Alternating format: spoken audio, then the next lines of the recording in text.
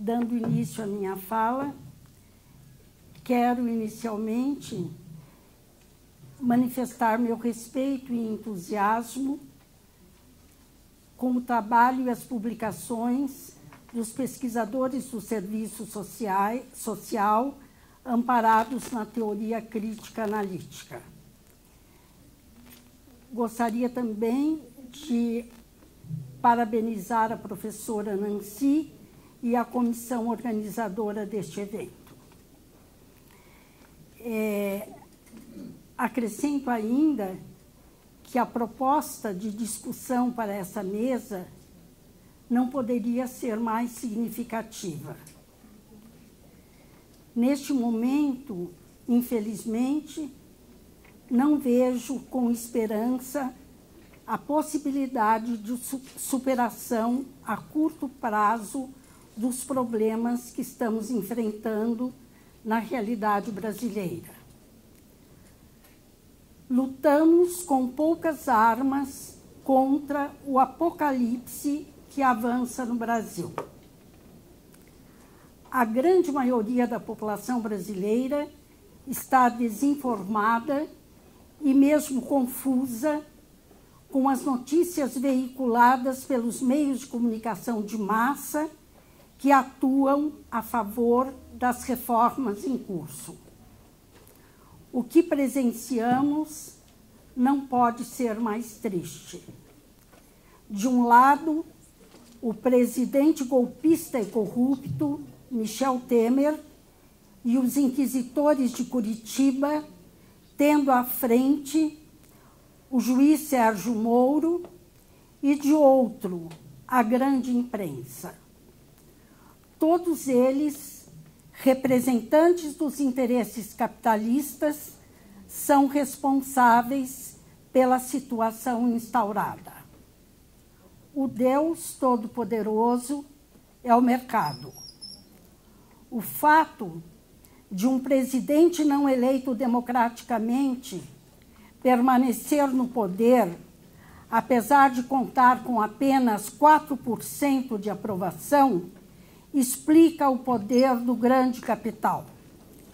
As terras indígenas ameaçadas, o desemprego imenso, o desmonte da proteção social, os salários baixos, o sucateamento das escolas públicas, a farsa que envolve a defesa das reformas trabalhista e previdenciária, as terras brasileiras crescentemente vendidas a outros países, o desmantelamento da Amazônia em alta, a diminuição do investimento ao combate da escravidão.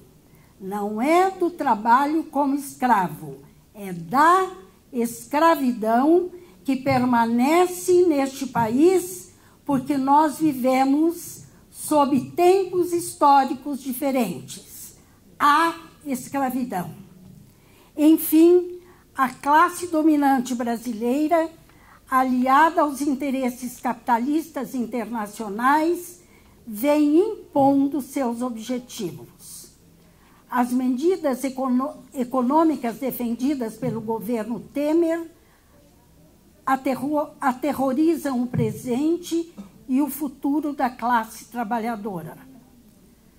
Quando, logo após o golpe, a professora Marilena Chaui divulgava aos quatro ventos as relações entre os senhores do Apocalipse e os Estados Unidos, foi duramente criticada pelos defensores do impeachment, inclusive taxada de esclerosada via Facebook, YouTube e jornais.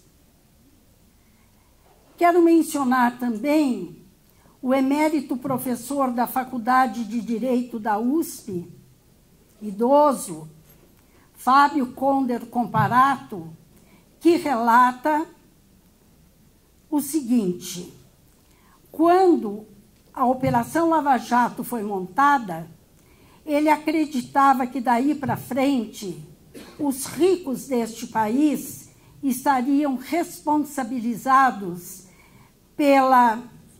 pelos crimes. Entretanto, acabou dando conta de que a Lava Jato seguramente foi instaurada para atender os interesses norte-americanos e impedir a possibilidade de Lula voltar ao poder, presidente que deixou o governo com 80% de aprovação. Também, semanalmente, Leonardo Boff, uma das autoridades cristãs do Brasil, tem se pronunciado a respeito. Segundo ele, o impeachment foi decorrente de um golpe parlamentar, jurídico e mediático. Os descendentes da Casa Grande temiam os avanços sociais conquistados pela população, pois defendem privilégios, não direitos. É doloroso assistir nossa sociedade sendo silenciada por uma quadrilha representada tanto na Assembleia Legislativa quanto no Senado, a qual tem jogado por terra direitos historicamente conquistados. Foi lamentável a votação ocorrida no dia 2 deste mês, quando a Câmara Legislativa se posicionou contra o encaminhamento ao Supremo Tribunal Federal da denúncia de corrupção passiva praticada pelo presidente Temer, formulada pela Procuradoria-Geral da União. Acrescente-se, e isto é uma informação que talvez alguns não tenham, que dia 11, portanto, muito recentemente, 108 juristas unidos lançaram uma obra contra as decisões do juiz Moro. O nome da obra é Comentários a uma Sentença Anunciada. Esta obra, o lançamento foi... Lançaram 5.000 exemplares, esgotados todos no dia 11. A segunda reimpressão está sendo providenciada. O congelamento dos gastos por 20 anos impede que as crianças e jovens em idade escolar sejam devidamente atendidas, que o Sistema Único de Saúde e os serviços assistenciais se mantenham, que o sofrimento dos idosos pobres seja amenizado. Daqui a 2 decênios, a população brasileira com mais de 60 anos terá duplicado. As principais causas da mortalidade no mundo serão as neoplasias, cujo custo de tratamento é mais alto que as demais doenças, conforme vem insistindo a Organização Mundial da Saúde. Indiferente a tudo isso, o governo Temer aponta a necessidade de diminuição dos gastos com a saúde. Sem investimento suficiente, será decretado o fim do SUS e, por consequência, o fim do direito à saúde. Ronaldo Ferreira dos Santos, presidente do Conselho Nacional de Saúde, aponta que o SUS corre o risco de não passar dos 30 anos. Em entrevista recente, afirma que o subfinanciamento do SUS sempre foi um problema crônico, mas será agravado pela Emenda Constitucional 95, chamada Teto dos Gastos. Alguns dizem que a medida vai congelar os dispêndios públicos por 20 anos. não é bem assim. É muito pior. Trata-se, na verdade, de uma diminuição progressiva dos recursos destinados à saúde e vai ferir de morte o SUS. Se a medida não for revertida, podemos desistir da ideia de um sistema único. Os serviços universais garantidos pela Constituição de 1988 estão ameaçados, juntamente com as conquistas trabalhistas. Há necessidade de se insistir que um percentual significativo de trabalhadores estará fadado a morrer antes de se aposentar. Considerando a terceirização e o desemprego, indago: qual será o percentual dos que conseguirão contribuir para a Previdência Pública durante 49 anos, a fim de garantirem aposentadoria integral, ou mesmo dos que chegarão a se aposentar após 25 anos de contribuição? Devido à reforma trabalhista, milhares de trabalhadores serão impedidos de continuar trabalhando. A aposentadoria está ameaçada. Os pobres serão cada vez mais pobres. A renda do trabalhador e a sua capacidade de consumo estão diminuindo e a situação tenderá a ficar pior. Há necessidade de que a população brasileira seja devidamente informada sobre os falsos argumentos criados para justificar a necessidade da reforma previdenciária e compreenda que, se aprovada, essa reforma só trará malefícios. A partir de julho deste ano, portanto, muito recentemente, começou a ser divulgado o relatório da Comissão Parlamentar de Inquérito da Previdência, instalada no final de abril e que tem prazo de funcionamento até 9 de setembro. O relatório confirma, contrariamente do que é defendido pelo governo, que a Previdência é superavitária. Desde sua instalação no Senado, esta CPI realizou 22 audiências. O Sindicato dos Servidores do Poder Legislativo Federal e Tribunal de Contas da União, cumprindo o compromisso de acompanhar as investigações lideradas pela CPI, esteve, em 13 de julho último, portanto, há um mês, presente na reunião da comissão, que apresentou um balanço que está publicado, que está sendo divulgado, balanço dos trabalhos correspondentes ao primeiro semestre. O presidente da CPI, ao apresentar os resultados, reforçou que é necessário que o governo Temer repasse à Previdência os milhões de reais arrecadados à custa do trabalhador brasileiro, além de reafirmar a inexistência do déficit na Seguridade Social.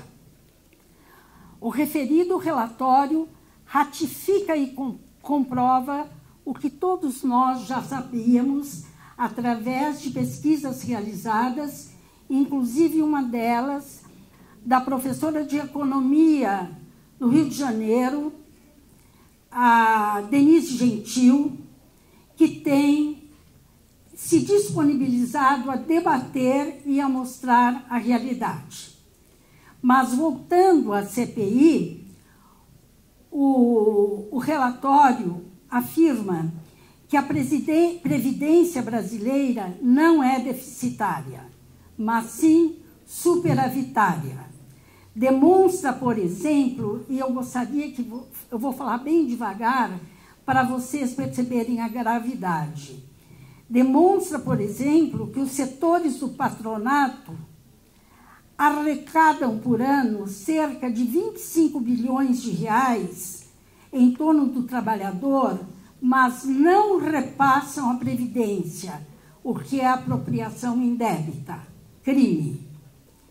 Além disso, o presidente da CPI voltou a cobrar de grandes bancos e empresas as dívidas em relação à Previdência. O relatório também mostra que há uma dívida acumulada de grandes bancos e empresas como Itaú, Bradesco, Caixa Econômica Federal, Banco do Brasil, montadoras de automóveis, JBS, etc. E esta dívida ultrapassa 500 bilhões de reais. O que acontecerá ao longo dos 20 anos do congelamento de gastos? As previsões são terríveis. Os velhos trabalhadores não dispõem de armas para lutar. Pouco informados, pobres, não têm forças suficientes para serem ouvidos. Mais uma vez, nesta casa, eu quero mencionar a Confederação Brasileira de Aposentados, Pensionistas e Idosos, a COBAP, sociedade civil fundada em 1985, representante de entidades de trabalhadores aposentados e pensionistas, tem como objetivo defender os interesses desses segmentos. Com sede em Brasília e subsede na cidade de São Paulo, representada em 22 estados brasileiros, através das federações a ela afiliadas, embora bem informada, é ignorada pela grande mídia e desvalorizada pelos políticos. Ela não tem força e visibilidade suficientes para conseguir mobilizar os idosos e se fazer ouvir. Na sociabilidade do capital, lembrando minhas amigas, os velhos, independentemente da classe a que pertencem, enfrentam outras dificuldades advindas das mudanças sociais. A solidão e a marginalização na velhice é uma realidade mundial. Atualmente, é grande o percentual de idosos que vivem só e morrem sozinhos, independentemente da existência de familiares. Cito como exemplo a França, que em 2013, durante a onda de calor que matou aproximadamente 13 mil pessoas, a grande maioria de idosos, mais de 1.000 famílias não se apresentaram para receber o corpo dos parentes. Somente após campanhas do governo, algumas centenas assumiram os procedimentos dos enterros. Um outro caso noticiado foi de um francês que havia falecido havia 3 anos em seu apartamento nos arredores de Paris, cujo corpo foi encontrado devido ao longo atraso no pagamento do condomínio. Após ser informado pelo especialista em genealogia que o idoso não dava sinal de vida há pelo menos 3 anos, o irmão, muito mais jovem, decidiu alertar a polícia. Chegando ao fim da minha exposição,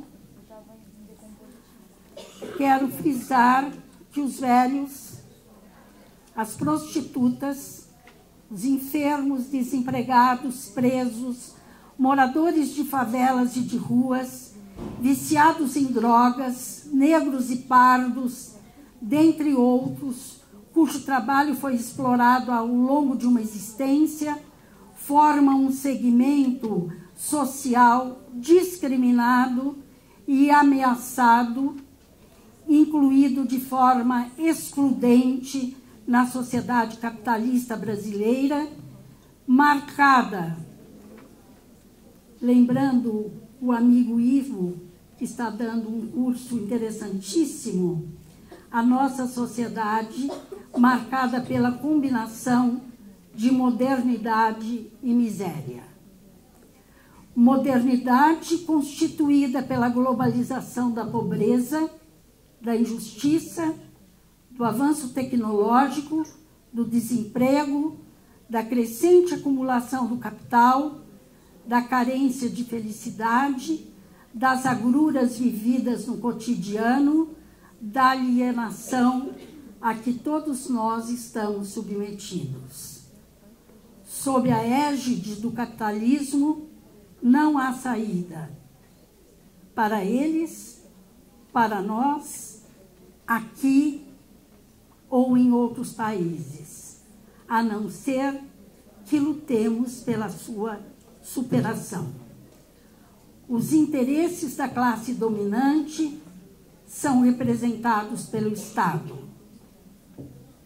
Capital, trabalho e Estado estão unidos, indissoluvelmente ligados. Se aspiramos superar a sociabilidade do capital, há que se desvendar e enfrentar os caminhos que poderão nos conduzir a outro momento histórico, marcado pela transformação no viver. Ser transformador é ser revolucionário, isto é, rebelar-se contra o poder que o subjuga. Para Marx, a história, através da praxis, poderá conduzir ao rompimento das algemas capital-trabalho, isto é, a efetivação da humanização do humano.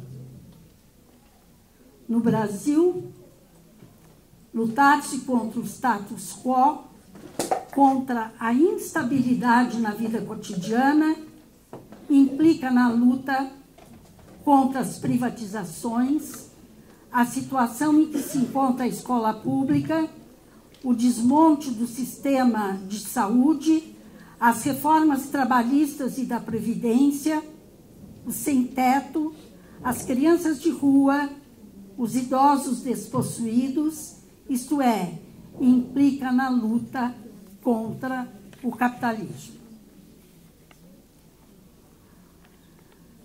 Quero terminar parabenizando os professores e pesquisadores do serviço social, tanto os da Unesp quanto de outras universidades e instituições do Brasil e de outros países, como também parabenizar os estudantes envolvidos na luta por um mundo melhor.